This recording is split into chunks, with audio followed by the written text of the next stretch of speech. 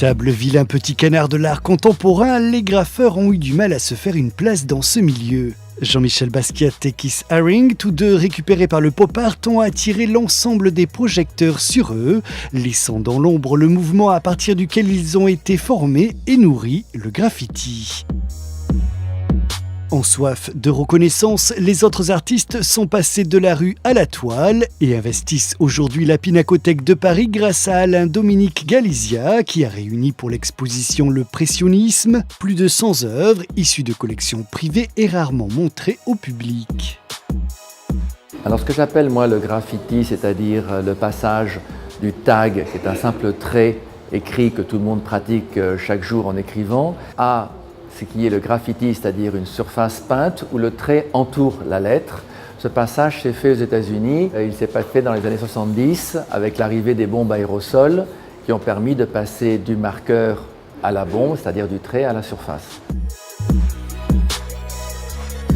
Les premières œuvres n'ont pas été bien acceptées par le milieu de l'art. Le milieu de l'art avait très peur de cet art, considéré un peu comme un art ethnique, un art tribal, donc un sous-art, et surtout c'était un art qui était gratuit. Et c'était très embêtant parce que les marchés de l'art ne pouvaient pas vendre des toiles gratuites. Donc les premières toiles de graffiti sont nées à New York de l'association de jeunes artistes, donc l'UGA, qui a exposé en premier en 1972 à la Razor Gallery.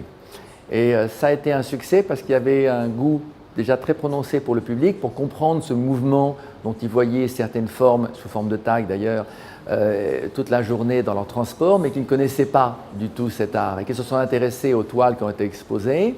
Et du coup, il y a eu de très nombreuses expositions entre 72 et 83. 83 qui a été l'apothéose, avec Tony Shafrazi qui a fait l'exposition Champion, qui a montré 2 ou 3 artistes de graffiti, et surtout Sidney Janis, une des plus grandes galeries d'art contemporain new-yorkaise, qui a dédié une exposition complète au graffiti et qui a permis de découvrir non pas simplement un artiste, mais un art.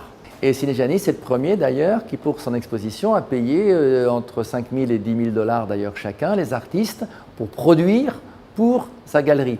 Donc ils étaient à la fois, je dirais, galeristes et collecteurs de cet art. Et c'est grâce à des actions comme les leurs que cet art a pu être montré.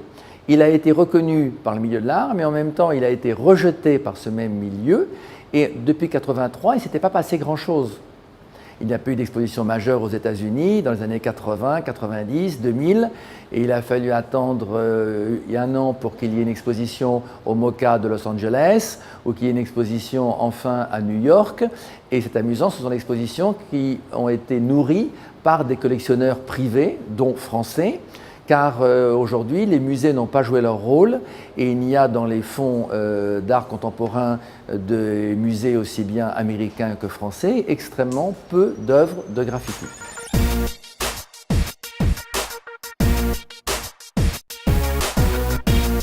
Dès 1984, Bando importe le mouvement en France, tout d'abord dans son hôtel particulier de Saint-Germain-des-Prés, puis sur le terrain dit de Stalingrad, où il invite des artistes internationaux.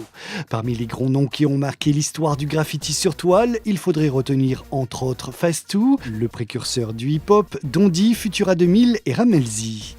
Alors les projecteurs sont sur Ramelzi, pas simplement parce que le MoMA vient de lui acheter une œuvre, qu'il a eu une salle entière pour lui au MoCA de Los Angeles lors de l'exposition organisée par Jeffrey Deitch.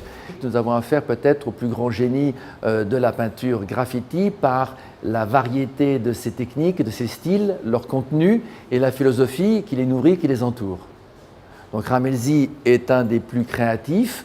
Ces œuvres sont chaque fois différentes. Ici derrière moi, vous avez une œuvre sur moquette, à côté du collage, à côté vous avez une œuvre spatiale sur papier, vous avez des œuvres qui vont à la fois de l'écriture à la figuration, avec à chaque fois des équations, des pensées. Donc Ramelzi est un génie absolu et c'est l'exemple même de l'artiste qui n'est absolument pas présent sur le marché parisien, qui ne se trouve pas dans les galeries et qu'il est très difficile de découvrir.